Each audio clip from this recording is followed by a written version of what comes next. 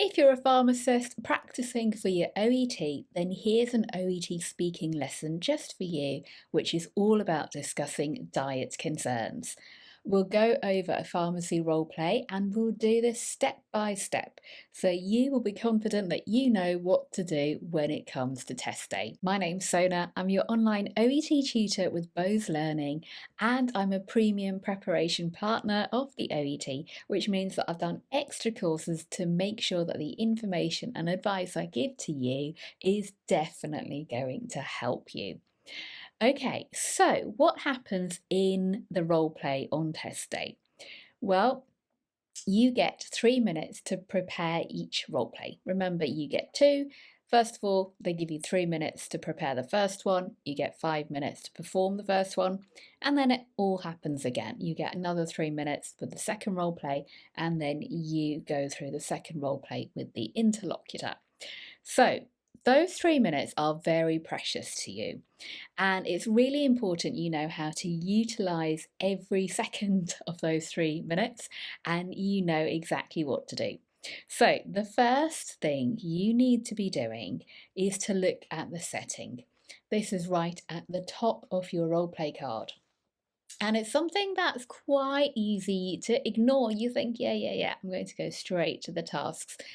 Don't do that. Have a look at the setting because it does give you information. This is a community pharmacy. It's not, for example, a hospital setting. So it's going to be something more likely that's everyday, kind of an everyday interaction. This, of course, could be something a bit more urgent or it could be routine. It's your job then to find out what it is. The next thing to do is to take a look at the background, and that's the second thing that comes up. So in this case, you see a 45-year-old client, and they tell you who's come to collect his or her regular medication.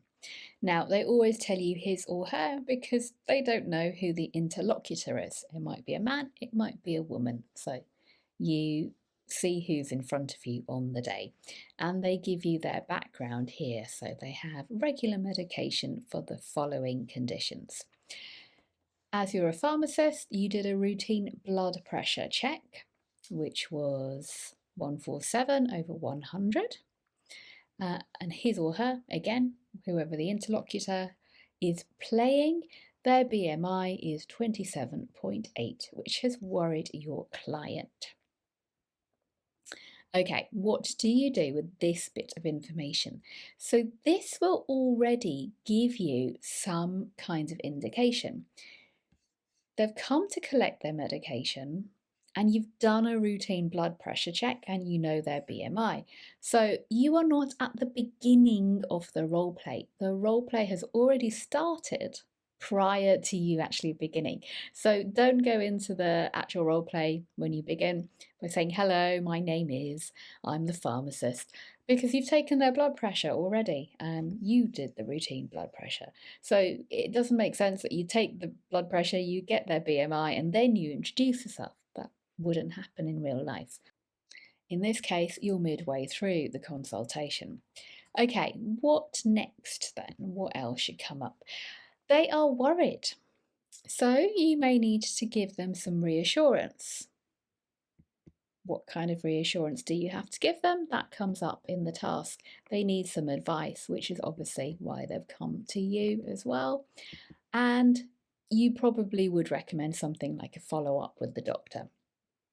But all of this is not something you particularly need to worry about because they tell you this in the task. You just need to briefly start thinking, okay, they're worried, they need reassurance, they need advice, that kind of thing. Okay, step 3 then, you actually look through the task. And what you'll see here is you get bullet points. Each of them start with a verb, which will tell you what to do. So I'll just give you a little bit of time to read that to yourself now.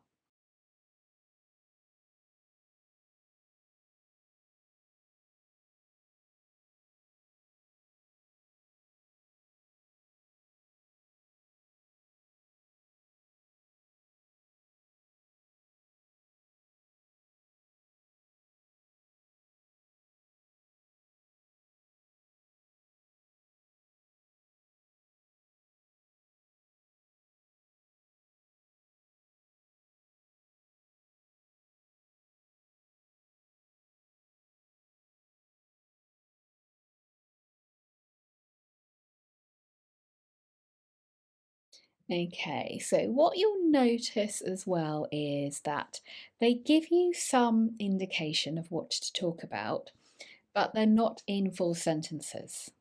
So beta blocker used to manage hypertension. It's just in note form. So you've got to obviously provide the words. Ask the client about their general well-being. So think about how you can start this. Maybe something like thank the client, thank you for, letting me take your BP, or now that we've mentioned the BP, let's have a look at the result. So remember, you're midway through. And you explain the result. It's 147 over 100, which is a bit higher than we'd like it to be. You don't want to scare them. They are already worried. So we think about using language like it's a bit higher than we'd like it to be. And you ask about their health. How can you do that? Well, maybe you say something like, how are you feeling in general?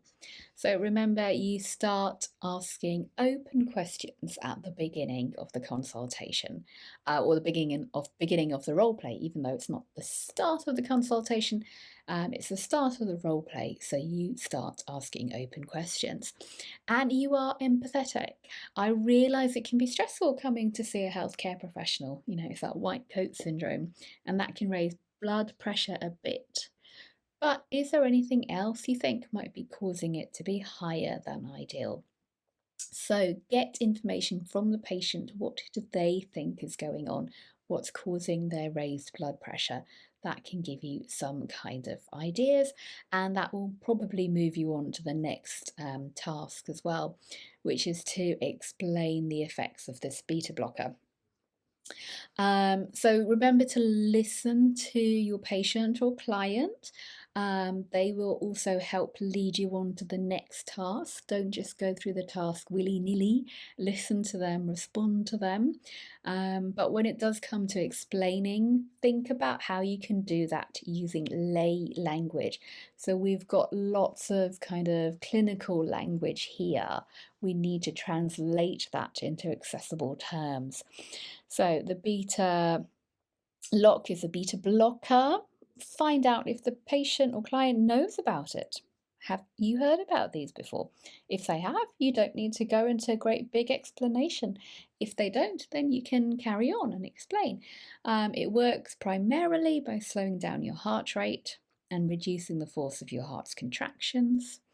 This helps to lower your blood pressure and reduces the strain on your heart, and it also helps to prevent or relieve angina, which is chest pain, by improving blood flow to your heart muscle.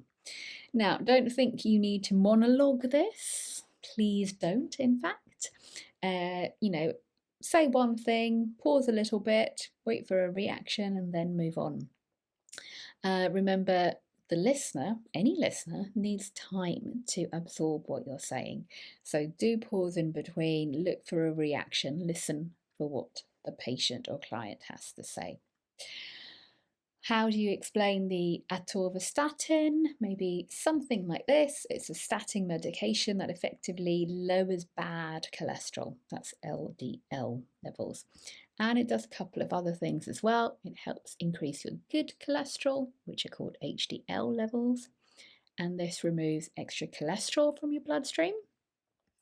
And by reducing LDL and triglycerides, Lipitor significantly decreases your risk of developing, and no problem at all mentioning the medical term, but just explain it.